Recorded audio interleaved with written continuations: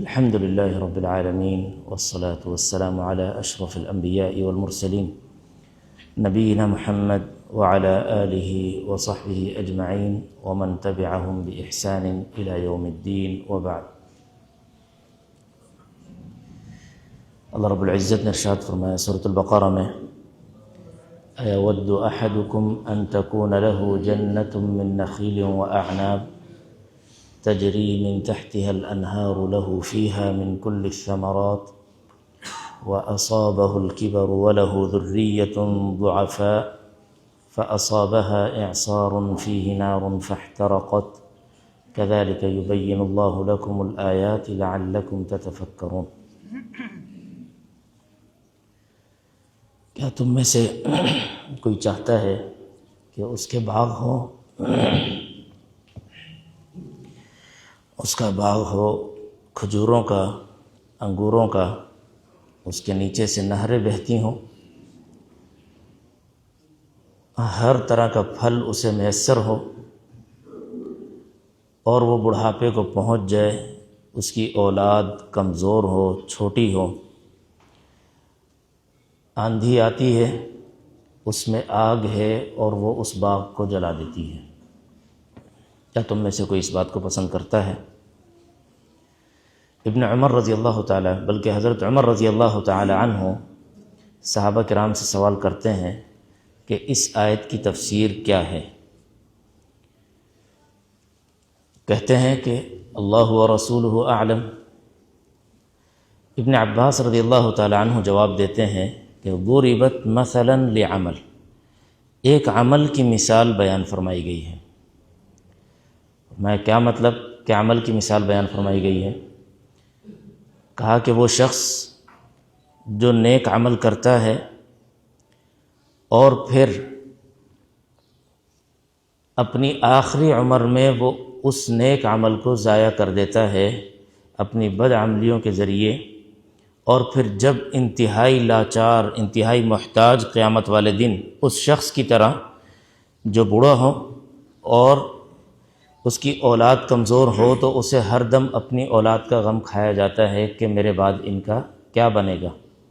تو بالکل اس شخص کی طرح لاچار قیامت کے دن اس کے نیک اعمال ہونے کے باوجود وہ سارے ضائع ہو چکے ہوں گے، اس باغ کی مانند جس سے آندھی نے جلا دیا. کیوں ضائع ہوئے ہوں گے؟ ہم اتنی محنت کریں کہ رمضان المبارک کا مہینہ آتا ہے، صبح سے شام تک کھانے پینے کو چھوڑتے ہیں، راتوں کو قیام کرتے ہیں اور دیگر نیک اعمال کر رہے ہوتے ہیں. کیا یہ بھی ضائع ہو سکتا ہے؟ بالکل یہ بھی ضائع ہو سکتا ہے. اسی لیے ہر مسلمان کو یہ فکر کرنی چاہیے کہ وہ کون سے امور ہیں، کون سے اعمال ہیں جو ہمارے نیک اعمال کو ضائع کر دیتے ہیں. جیسا کہ حذیفہ رضی اللہ تعالی عنہ نبی صلی اللہ علیہ وسلم سے فرماتے ہیں کہ لوگ خیر کے بارے میں سوال کیا کرتے تھے، میں شر کے بارے میں سوال کرتا تھا کہ کہیں یہ شر مجھے پہنچ نہ جائے، کہیں میں اس شر میں مبتلا نہ ہو جاؤں. تو ہمیں جاننا چاہیے کہ کون سے ایسے اعمال ہیں جو ہمارے نیک اعمال کو ضائع کر دیتے ہیں. سب سے پہلے سب سے برا عمل وہ شرک کا ہے. شرک انسان کے سارے نیک اعمال کو ضائع کر دیتا ہے، جیسا کہ اللہ تعالیٰ نے نبی صلی اللہ علیہ وسلم کو بھی ارشاد فرمایا کہ لئن اشرکت لیحبطن عملک، اگر آپ بھی شرک کریں تو آپ کے عمل بھی برباد ہو جائیں گے. پھر اس کے بعد شرک خفی، شرک اصغر، چھوٹا شرک جسے ریاکاری سے ہم جانتے ہیں. نبی صلی اللہ علیہ وسلم نے ارشاد فرمایا اخوف ما اخاف علیکم الشرک الاصغر، کہ سب سے زیادہ مجھے جس چیز کا خطرہ ڈر ہے تم پر وہ ہے شرک اصغر. شرک اصغر کیا ہے؟ شرک اصغر لوگوں کو دکھانے کے لیے عمل کرنا. روزہ یہ واحد عمل ہے کہ جس میں کوئی یہ نہیں جانتا کہ سامنے والا روزے سے ہے یا نہیں. نماز پڑھ رہا ہے، اس کو نماز کی وہ حرکات کرتے ہوئے دیکھتا ہے اور جانتا ہے کہ یہ نماز پڑھ رہا ہے. لیکن روزہ مجھے نہیں معلوم کہ سامنے والے نے شاید کہ روزہ رکھا یا نہیں رکھا، کچھ کھایا یا نہیں کھایا. لیکن اس میں بھی اگر انسان ریاکاری کہ ہم نے اتنے بڑے بڑے روزے رکھے، ہم نے روزہ اس انداز میں رکھے، کہ لوگوں کو بتانا، تو یہ نیک عمل کو ضائع کر دیتا ہے۔ اللہ رب العزت یقول اللہ یوم القیامت اذا جزى الناس بأعمالهم اذهبوا الى من كنتم تراؤون فهل يجزون على اعمالكم، کہ اللہ تعالیٰ قیامت کے دن جب لوگوں کو بدلہ دے گا تو اس دن یہ کہے گا کہ جن کے لیے تم دکھلاوا کرتے تھے ان کے پاس چلے جاؤ، دیکھو کہ وہ تمہیں تمہارے اعمال کا بدلہ دیتے ہیں یا نہیں۔ تو شرک اصغر، ریاکاری، یہ بھی نیک اعمال کو برباد کر دیتا ہے۔ اور پھر اس کے علاوہ دیگر اور کچھ معاملات بھی، جیسے قطع رحمی کرنا۔ نبی صلی اللہ علیہ وسلم نے صلہ رحمی کی تاکید فرمائی اور فرمایا من احب ان یبسط له فی رزقه وینسأ له فی اثره فلیصل رحمہ، جو چاہتا ہے کہ اس کی عمر میں برکت ہو، اس کی رزق میں برکت ہو، کشادگی ہو، تو اسے چاہیے کہ وہ صلہ رحمی کرے۔ اور نبی صلی اللہ علیہ وسلم نے ارشاد فرمایا لا يقبل اللہ عمل قاطع رحم، کہ اللہ قطع رحمی کرنے والے کے عمل کو قبول نہیں کرتا، بلکہ جہاں نبی صلی اللہ علیہ وسلم نے مسلمان کو مسلمان کے ساتھ دوستی اور بھائی چارہ قائم کرنے کی تاکید فرمائی، المؤمن للمؤمن کالبنیان یشد بعضه بعضا، کہ مومن کے لیے ایک عمارت کی مانند ہے، ایک دوسرے کو مضبوط کر رہے ہوتے ہیں۔ وہیں نبی صلی اللہ علیہ وسلم نے یہ بھی ارشاد فرمایا لا يدخل الجنت قاطع، لا يدخل الجنت قاطع۔ وہیں نبی صلی اللہ علیہ وسلم نے یہ بھی ارشاد فرمایا کہ پیر اور جمعرات کو اعمال اللہ کی طرف پیش کیے جاتے ہیں، اللہ کی طرف اٹھائے جاتے ہیں اور اللہ کی بارگاہ میں پیش کیے جاتے ہیں، سوائے اس شخص کے جس کے دل میں اپنے مسلمان بھائی کے لیے نفرت اور دشمنی ہے، تو اس کے بارے میں کہا جاتا ہے انظروا هذین حتی یصطلحا، انہیں چھوڑ دو یہاں تک کہ یہ صلح کر لیں۔ یعنی اگر وہ صلح نہیں کرتے تو پھر ان کے عمل جو ہے وہ اللہ کی بارگاہ میں قبول نہیں ہوتے۔ اور اسی طرح ہم لوگوں کے سامنے تو اچھے عمل کرتے ہیں، لوگوں کے سامنے ہم احتیاط کریں گے، کوئی بری بات نہ ہو، کوئی برے اعمال نہ ہو، اچھا بن کے پیش بھی کرتے ہیں، لیکن ہماری خلوتیں کیسی ہیں، ہماری تنہائیاں کیسی ہیں؟ نبی صلی اللہ علیہ وسلم نے ارشاد فرمایا لَأَعْلَمَنَّ أَقْوَامًا يَأْتُونَ يَوْمَ الْقِيَامَةِ بِحَسَنَاتٍ أَمْثَالِ جِبَالِ تِہَامَةٍ، میں ایسے لوگوں کو جانتا ہوں کہ جو قیامت کے دن تہامہ پہاڑ جتنی نیکیاں لے کے آئیں گے، فَيَجْعَلُهَا اللَّهُ هَبَاءً مَنْثُورًا، اللہ تعالیٰ اسے ذرات کی طرح اڑا دے گا۔ اب ثوبان رضی اللہ تعالیٰ عنہ جو اس حدیث کو روایت کر رہے ہیں، وہ کہتے ہیں کہ صفہم لنا یا رسول اللہ، جلہم لنا، ان کا وصف بیان کیجئے، ان کی وضاحت دیجئے کہ وہ کون لوگ ہوں گے۔ نبی صلی اللہ علیہ وسلم نے ارشاد فرمایا کہ اما انہم اخوانکم ومن جلدتکم، تمہارے بھائی ہوں گے، تمہارے جیسے لوگ ہوں گے، وَيَأْخُذُونَ مِنَ اللَّيْلِ كَمَا تَأْخُذُونَ، اور راتوں کو اسی طرح عبادت کرتے ہوں گے جس طرح تم عبادت کرتے ہو۔ یعنی وہ برے لوگ نہیں ہوں گے، لیکن فرمایا کہ وَلَكِنَّهُمْ أَقْوَامٌ إِذَا خَلَوْا بِمَحَارِمِ اللَّهِ انْتَهَكُوهَا، کہ یہ وہ لوگ ہوں گے کہ جو اللہ کی حرمتوں کے ساتھ جب تنہائیوں میں ملتے ہیں تو پھر اللہ کی حرمتوں کو پامال کرتے ہیں۔ یعنی ظاہری طور پہ لوگوں کے سامنے وہ نیک عمل کرنے والے ہیں، لیکن جب اکیلے میں ہوتے ہیں تو پھر اللہ کی حرمتوں کو پامال کرتے ہیں۔ اور اب آج کے دور میں خاص طور پہ ہمارے پاس، ہم میں سے ہر ایک کے پاس ڈیوائس، اسکرین موجود ہے، اور جب انسان الگ ہوتا ہے تو پھر وہ سارے کے سارے پردے، ساری کی ساری رکاوٹیں اس سے دور ہو جاتی ہیں کہ جو لوگوں کے سامنے اسے روک رہی ہوتی ہیں کہ وہ کوئی گناہ کا کام کرے، کوئی غلط چیز دیکھے۔ تو یاد رکھیے تنہائیوں کے گناہ انسان کے نیک اعمال چاہے پہاڑ جتنے کیوں نہ ہوں وہ ضائع ہو جاتے ہیں۔ یہ تنہائیوں کے گناہ نیک اعمال کو ضائع کر دیتے ہیں، اور ان میں سے، ان اعمال میں سے جو آپ کے نیک عمل کو برباد کر سکتے ہیں حسد۔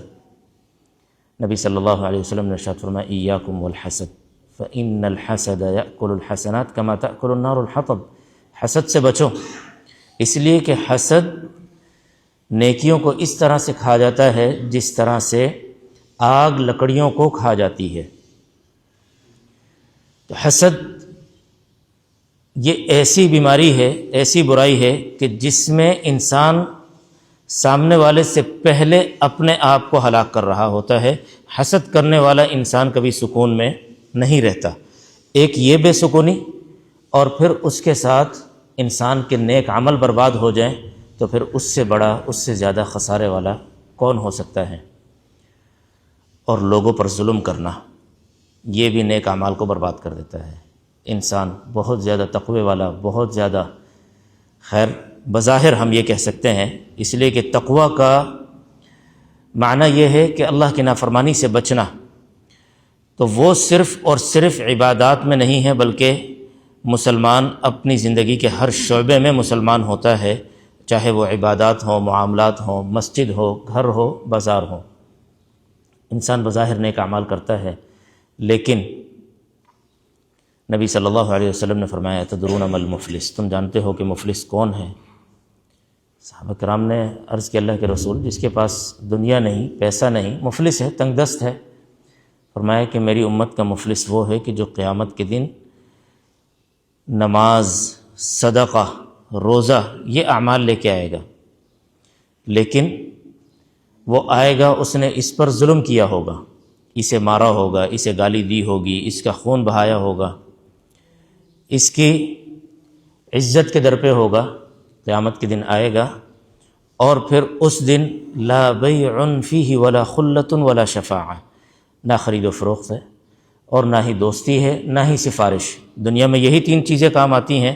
میرا معاملہ کہیں پھنس جائے کورٹ کچہری میں، تو میں اگر خود میرے جاننے والے ہوتے ہیں تو میں جا کے اپنا کام نکلوا لیتا ہوں، نہیں ہوتے تو پھر میں کسی اور کا واسطہ استعمال کرتا ہوں کہ ہاں بھی کہ تمہارے جاننے والے ہیں، تو واسطہ نکل آئے تو پھر اس کے ذریعے میں اپنا کام نکلوا لیتا ہوں، نہیں تو میں دنیاوی مال کے ذریعے اپنا کام نکلواتا ہوں۔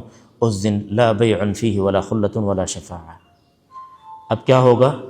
اب اس کے نیک اعمال ان حقداروں میں تقسیم کر دیے جائیں گے، اور پھر ابھی بھی حقدار باقی ہیں، ان کے گناہ اٹھائے جائیں گے اور اس شخص کے سر پر ڈال دیے جائیں گے اور اسے منہ کے بل جہنم میں ڈال دیا جائے گا، یعنی وہ سارے کے سارے اعمال ضائع ہو جائیں گے۔ ابو مسعود انصاری رضی اللہ تعالی عنہ فرماتے ہیں، کہتے ہیں کہ میں اپنے غلام کو مار رہا تھا۔ غلام، آپ جانتے ہیں غلام کون ہوتا تھا؟ آج غلام کا تصور نہیں ہے۔ غلام انسان کی ملکیت ہوا کرتا تھا، انسان اسے بیچ سکتا ہے، خرید سکتا ہے، اور اسے کسی کو تحفہ دے سکتا ہے، یعنی اپنے مال، اس کا اپنا مال ہوا کرتا تھا، جیسے چاہے تصرف کرے۔ شریعت نے اسے ضابطے فراہم کیے کہ اس پر ظلم نہ ہو، اسے اپنے بھائیوں کی طرح اس کا خیال رکھو، اور اس سے اتنا کام لو جتنا کام وہ کر سکتا ہو، اس پہ ضرورت سے زیادہ بوجھ نہ ڈالو، لیکن وہ انسان کا اپنا مال ہے، اس میں تصرف کا اختیار رکھتا ہے۔ اسے وہ مار رہے تھے، کہتے ہیں کہ میں نے آواز سنی کہ یا ابا مسعود للہ اقدر علیک منک علی، کہ اللہ تجھ پر زیادہ قادر ہے جتنا تو اس غلام پر قادر ہے، جتنا تیرا اختیار، تیرا بس اس غلام پر چلتا ہے، اللہ تجھ پر زیادہ قدرت رکھتا ہے۔ کہتے ہیں کہ میں نے پلٹ کے دیکھا تو نبی صلی اللہ علیہ وسلم تھے۔ تو ابو مسعود کہتے ہیں کہ میں نے کہا کہ اللہ کے رسول هو حر لوجہ اللہ، یہ اللہ کے لیے میں اسے آزاد کرتا ہوں۔ نبی صلی اللہ علیہ وسلم نے فرمایا کہ لو لم تفعل للفحتک النار او لمستک النار، اگر تم ایسا نہیں کرتے تو تمہیں جہنم کی آگ چھو لیتی۔ تو یہ وہ اعمال ہیں، اور ان کے علاوہ دیگر بھی ایسے کچھ بدعملیاں ہیں کہ جو ہمارے نیک اعمال کو ضائع کر دیتی ہیں۔ تو انسان جب بھی نیک عمل کرے تو ان چیزوں سے پرہیز کرے جو اس کے نیک عمل کو ضائع کر دیں، ان چیزوں سے احتیاط کرے، بچے، اس لیے کہ دین جو ہے وہ اللہ کی اطاعت اور فرما برداری، اوامر کے معاملے میں کہ جو حکم دیا گیا اس پہ عمل کرنا، اور نواہی محرمات کے معاملے میں کہ جس چیز سے روکا گیا اس سے بچ جانا۔ اللہ رب العزت سے دعا ہے کہ اللہ رب العزت ہمارے نیک اعمال کو محفوظ رکھے۔ اللہ رب العزت ہمیں ان اعمال سے بچائے جو ہمارے نیک اعمال کو برباد کر دیتے ہیں۔ اللہ رب العزت ہماری تمام نیکیوں کو قبول فرمائے۔ وآخر دعوانا الحمد للہ رب العالمین۔